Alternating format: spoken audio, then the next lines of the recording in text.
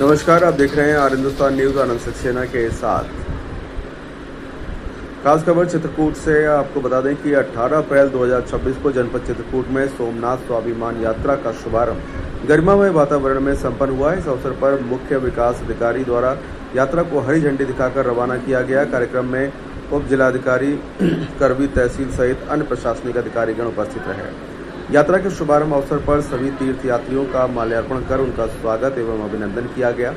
उपस्थित अधिकारियों ने यात्रियों को शुभकामनाएं देते हुए उनकी मंगलमय एवं सुरक्षित यात्रा की कामना किया। यह यात्रा चित्रकूट से प्रस्थान कर लखनऊ के लिए रवाना हुई है। लखनऊ में 19 अप्रैल 2026 को माननीय मुख्यमंत्री जी द्वारा इस यात्रा को सोमनाथ के लिए आगे प्रस्थान हेतु हरी झंडी दिखाकर रवाना किया जाएगा।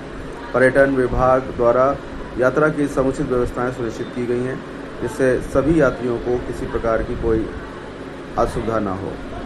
फिलहाल आप सुरक्षित रहिए, जुड़े रहिए आर हिंदुस्तान से। नमस्कार।